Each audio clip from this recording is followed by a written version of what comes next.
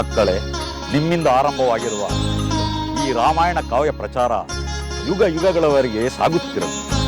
ಇದರಿಂದ ಲೋಕದಲ್ಲಿ ಧರ್ಮ ನೀತಿಗಳು ನೆಲೆಗೊಳ್ಳುವಂತಾಗಲಿ. ನಿಮಗೆ ಎಷ್ಟು ಅಭಿನಂದನೆ ಸಲ್ಲಿಸಿದರೂ ಸಾಲದು. ಮುನೀಂದ್ರರೇ, ನಿಮ್ಮ ಪ್ರಶಂಸೆ ಸದ್ಭಾವನೆಗಳೆಲ್ಲ ಸಲ್ಲಬೇಕಾದದ್ದು ನಮ್ಮ ಗುರುಗಳಿಗೆ. ನಾವು ಅವರು ಕಲಿಸಿದ್ದನ್ನೆಲ್ಲ ಕಲಿತು ನುಡಿಯುವ ಶಿಷ್ಯರು ಮಾತ್ರ. ರಾಮಾಯಣವನ್ನು ಬರೆಯಲು ನಮ್ಮ ಗುರುಗಳಿಗೆ ಪ್ರೇರಣೆ ನೀಡಿದ ಬ್ರಹ್ಮದೇವ ಮತ್ತು ನಾರದರಿಗೂ ನೀವು ವಂದನೆ ಸಲ್ಲಿಸಬಹುದು. ನಿಮ್ಮ ಗುರುಭಕ್ತಿ ಮತ್ತು ವಿನಯ ವಿಧೇಯತೆಗಳನ್ನು ನಾವು ಮೆಚ್ಚುತ್ತೇವೆ. ನಿಮ್ಮಗಳ ಮೇಲೆ ನಿಮ್ಮ ಗುರುಗಳ ಅನುಗ್ರಹ ಮತ್ತು ದೈವ ಕೃಪೆಯು ಅಪಾರವಾಗಿದೆ. ನಿಮ್ಮಲ್ಲಿ ಶ್ರೀರಾಮಚಂದ್ರನ ಮೇಲಿನ ಭಕ್ತಿಯು ಅಪಾರವಾಗಿದೆ. ಬಾಲಕರೇ, ನೀವು ಶ್ರೀರಾಮಚಂದ್ರನ ಎದುರಿನಲ್ಲೇ ರಾಮಾಯಣವನ್ನು ಹಾಡುವಂತಾಗಲಿ. ಅಂತಹ ಸುಸಂದರ್ಭಕ್ಕಾಗಿ ನಾವು ನಿರೀಕ್ಷೆ ಮಾಡುತ್ತಿದ್ದೇವೆ. ಶ್ರೀರಾಮಚಂದ್ರನ ಎದುರಿನಲ್ಲಿ ಹಾಡುವ ಅವಕಾಶ ಶೀಘ್ರವಾಗಿ ನಮಗೆ ದೊರೆಯಲೆಂದು ಹರಸಿ ಪೂಜ್ಯರೇ.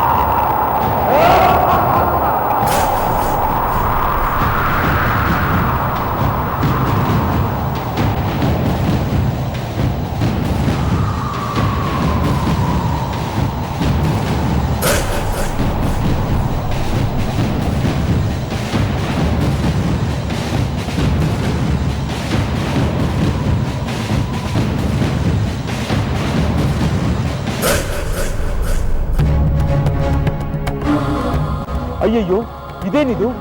ಇದ್ದಕ್ಕಿದ್ದ ಹಾಗೆ ಈ ಕತ್ತಲು ಏಕೆ ಕವಿಯಿತು? ಮುಂದೆ ದಾರಿಯೇ ಕಾಣುತ್ತಿಲ್ಲ. ಸಾಗುವುದಾದ್ರೆ ಹೇಗೆ? ರಥದ ಕುದುರೆಗಳು ಹೆದರಿ ಮುಂದೆ ಸಾಗದೆ ನಿಂತು ಬಿಟ್ಟವು. ಪ್ರಭು, ಪ್ರಭು, ನಮ್ಮ ಯಾಗದ ಕುದುರೆ ಎಲ್ಲಿಯೂ ಕಾಣುತ್ತಿಲ್ಲ ಪ್ರಭು.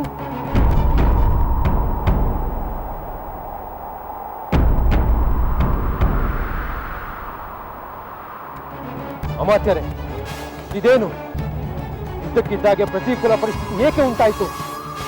ಇದೇನು ಪ್ರಕೃತಿ ವಿಕೋಪವೋ ಅಥವಾ ರಾಕ್ಷಸನ ಮಾಯೆಯೋ? ಇದನ್ನೆಲ್ಲ ನೋಡಿದರೆ ಇದು ರಾಕ್ಷಸರ ಮಾಯೆ ಇರಬೇಕು ಪ್ರಭು. ಆಗಲಿ, ಅದಾವ ರಾಕ್ಷಸ ಬರುತ್ತಾನೋ ಬರಲಿ, ಅವನ ಮಾಯೆ ಗೇಯಗಳನ್ನೆಲ್ಲ ಧೂಳಿಪಟ ಮಾಡಬಲ್ಲ ಬಾಣಗಳು ನನ್ನ ಬಳಿ ಇವೆ.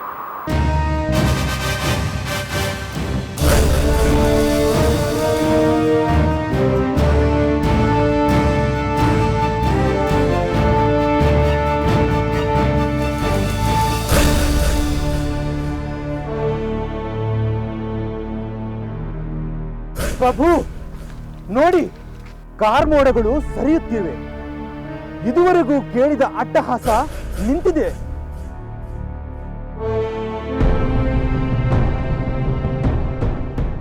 ಪ್ರಭು, ರಾಕ್ಷಸರ ಮಾಯೆ ಇಲ್ಲವಾಯಿತು. ನಮ್ಮ ಸಂಚಾರಕ್ಕೆ ಇನ್ನು ಯಾವ ಅಡ್ಡಿಯೂ ಇಲ್ಲ ಪ್ರಭು. ಪ್ರಭು, ಆದರೆ ನಮ್ಮ ಯಾಗದ ಕುದುರೆ ಎಲ್ಲಿಯೂ ಕಾಣುತ್ತಿಲ್ಲವಲ್ಲ ಪ್ರಭು. ಅದನ್ನು ಹುಡುಕುವುದಾದರೂ ಹೇಗೆ? ಅದಕ್ಕೇಕೆ ಚಿಂತೆ? ಈ ಧೂಳು ಗಾಳಿ ಶಬ್ದಗಳಿಗೆ ಬೆದರಿ ಎಲ್ಲೋ ಇಲ್ಲೇ ಅಡಗಿಕೊಂಡಿರಬೇಕು. ಹೋಗಿ ಹುಡುಕಿ ಬನ್ನಿ. ಆಗಲಿ ಪ್ರಭು. ಏನು? ನಮ್ಮ ಯಾಗದ ಕುದುರೆ ಕಾಣದಂತಾಗಿದೆಯೇ? ಯಾರು ಹಾಗೆ ಮಾಡಿದರು? ಅದಕ್ಕೆ ಕಾರಣವೇನು? ಯಾರೆಂದು ತಿಳಿದಿಲ್ಲ ಪ್ರಭು. ಆದರೆ ಇದ್ದಕ್ಕಿದ್ದಂತೆ ಮೋಡ ಗುಡುಗು ಬಿರುಗಾಳಿ ಬೀಸಿ ಕತ್ತಲು ಕವಿದಂತಾಗಿ ಯಾವುದೋ ಅಟ್ಟಹಾಸದ ನಗೆ ಕೇಳಿಸಿತು. ಸ್ವಲ್ಪ ಸಮಯದ ನಂತರ ಎಲ್ಲವೂ ಶಾಂತವಾದರೂ ನಮ್ಮ ಕುದುರೆ ಮಾಯವಾಗಿತ್ತು. ಅವರು ಸರಿಯಾಗಿ ಹುಡುಕಿದರು ತಾನೆ? ನಮ್ಮ ಭಟರು ಸುತ್ತಮುತ್ತ ಹುಡುಕುತ್ತಿದ್ದಾರೆ. ಪ್ರಕೃತಿಯ ವಿಕೋಪಕ್ಕೂ ನಮ್ಮ ಕುದುರೆ ಮಾಯವಾಗಿರುವುದಕ್ಕೂ ಏನೋ ಸಂಬಂಧವಿರುವಂತಿದೆ. ಯಾವುದೋ ದುಷ್ಟಶಕ್ತಿಯ ದುರುದ್ದೇಶವೆಂದು ಸ್ಪಷ್ಟವಾಗಿ ಗೋಚರಿಸುತ್ತಿದೆ.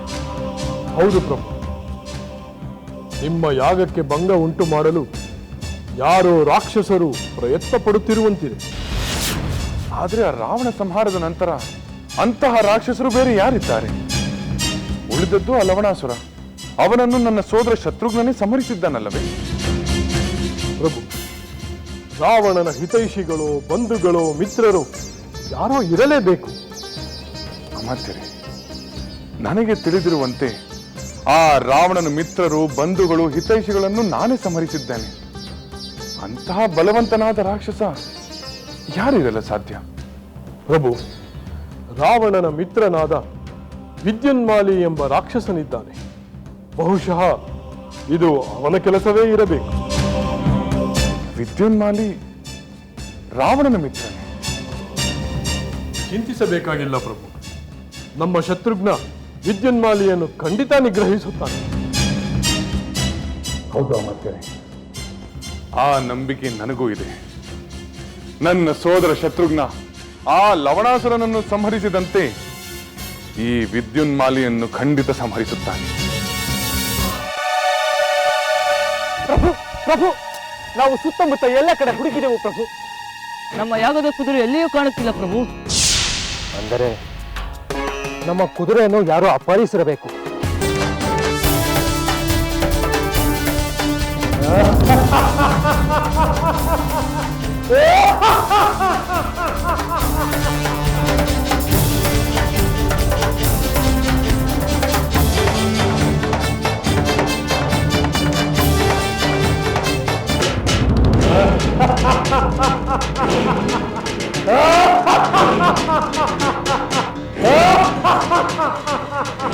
ನಾನು ನಿಮ್ಮ ಯಾಗದ ಕುದುರೆಯನ್ನು ಅಪಹರಿಸಿದ್ದೇನೆ.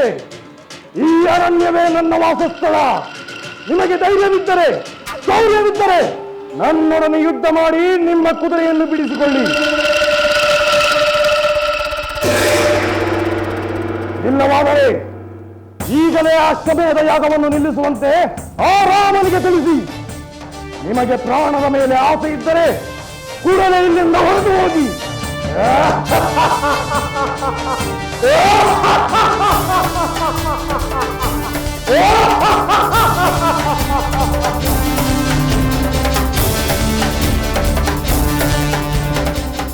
ಅಮಾತ್ಯರೇ, ಆ ರಾಕ್ಷಸ ಯಾರು? ನಮ್ಮ ಸೈನ್ಯ ಕೂಡಲೇ ಯುದ್ಧ ಸನ್ನದ್ಧವಾಗಲಿ. ಆ ರಾಕ್ಷಸನ ದರ್ಪವನ್ನು ಅಡಗಿಸೋಣ. ಆಗಲಿ ಪ್ರಭು.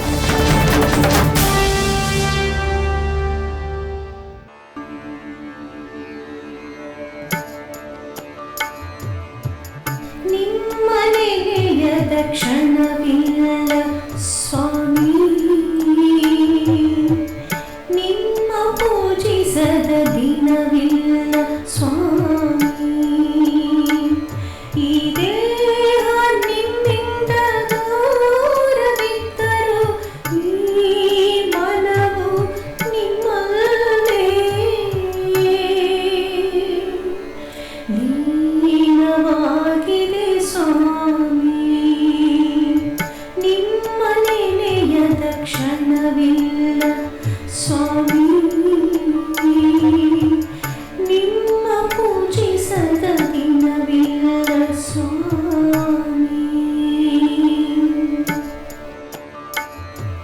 ನಿಮ್ಮ ಮಹಿಮೆಯ ಪಾಡುವೆ,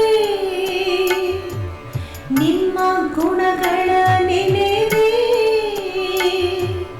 ನಿಮ್ಮೊಡನೆ ಕಳೆದ ಕ್ಷಣಗಳನ್ನು ನೆನೆದು ಉಸಿರಾಡುವೆನು ಸ್ವಾಮಿ, ಉಸಿರಾಡುವೆನು ಸ್ವಾಮಿ. ನಿಮ್ಮ ನೆನೆಯದ ಕ್ಷಣವಿಲ್ಲ ಸ್ವಾಮಿ, ನಿಮ್ಮ ಪೂಜಿಸದ ದಿನವಿಲ್ಲ ಸ್ವಾಮಿ.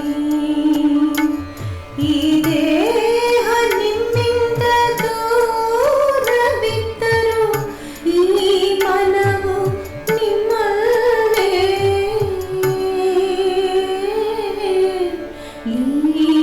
ಲೀನವಾಗಿದೆ ಸ್ವಾಮಿ.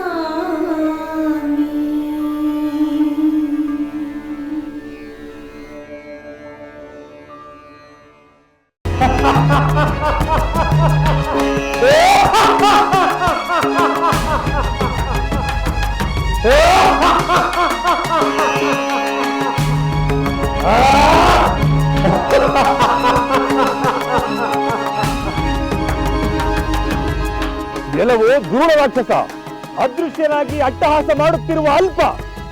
ನೀನು ನಿಜವಾಗಿಯೂ ವೀರನಾಗಿದ್ದರೆ ಈ ಮಾಯಾವಿದ್ಯೆಯನ್ನು ಬಿಟ್ಟು ನನ್ನೆದುರಲ್ಲಿ ಕಾಣಿಸಿಕೋ, ಇಲ್ಲವಾದರೆ ನೀನು ಪರಮ ಹೇಳಿ ಎಂದೇ ಅರ್ಥ.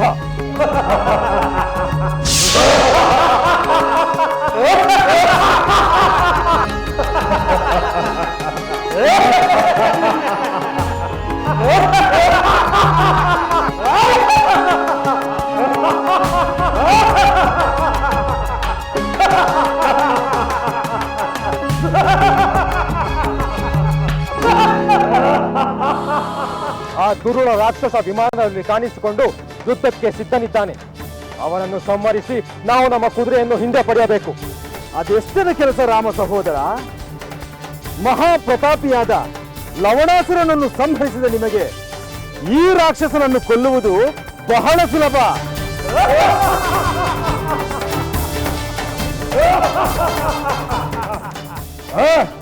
ನನ್ನ ಮಾತನ್ನು ಕೇಳಿ, ನನ್ನನ್ನು ಕೊಲ್ಲುವುದು ಸುಲಭವೆಂದು ತಿಳಿದುಕೊಂಡಿದ್ದರೆ ನಿಮ್ಮಂತಹ ಮೂರ್ಖರು ಬೇರೆ ಯಾರು ಇಲ್ಲ.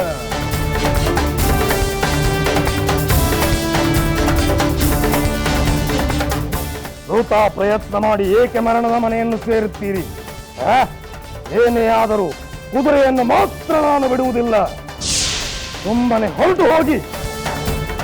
ನೋಡಿ, ಇವನೇ ನನ್ನ ಅನುಜ ಉಗ್ರ ದಂಶ. ನಮ್ಮಿಬ್ಬರನ್ನು ಗೆಲ್ಲುವುದು ಅಸಾಧ್ಯ.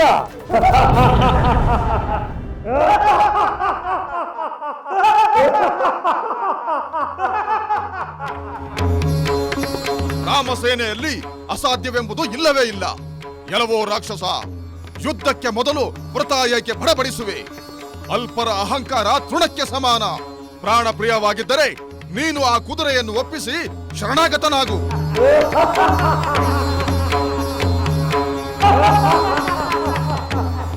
ಓಹೋ, ಈ ವಿದ್ಯುನ್ಮಾಲಿ ಶರಣಾಗತನಾಗುವುದೇ ಎಂದಿಗೂ ಸಾಧ್ಯವಿಲ್ಲ. ಆ ರಾಮನಲ್ಲಿ, ಆ ಲಕ್ಷ್ಮಣನಲ್ಲಿ ನಮ್ಮ ಮಿತ್ರ ರಾವಣನನ್ನು ಕೊಂದ ಸೇಡು ತೀರಿಸಿಕೊಳ್ಳುತ್ತೇವೆ. ದುಷ್ಟ ರಾವಣನ ಮಿತ್ರನೆಂದ ಮೇಲೆ ದುಷ್ಟತನವಲ್ಲದೆ ಸದ್ಗುಣವೆಲ್ಲಿಂದ ಬರುತ್ತದೆ?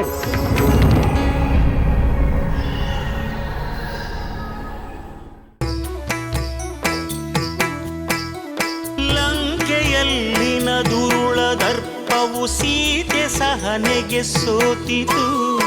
ಅಂಕೆ ಇರದ ಅಸುರ ಕುಲವು ರಾಮ ಬಾಣಕ್ಕೆ ಅಡಗಿತು. ದೂರವಿರಲಿ ಸನಿಹವಿರಲಿ ರಾಮ ಹೃದಯ ನಿವಾಸಿನಿ. ಯುಗವು ಯುಗವು ಸಾಗಲಿ ಅಕಳಂಕ ಪ್ರೇಮ ಪ್ರಬೋಧಿನಿ. ಅಮರ ಗಾಧೆ ಧರಣಿ ಜಾತೆ ಸಾಧ್ವೆ ಸೀತೆ ಸುಚರಿತೆ.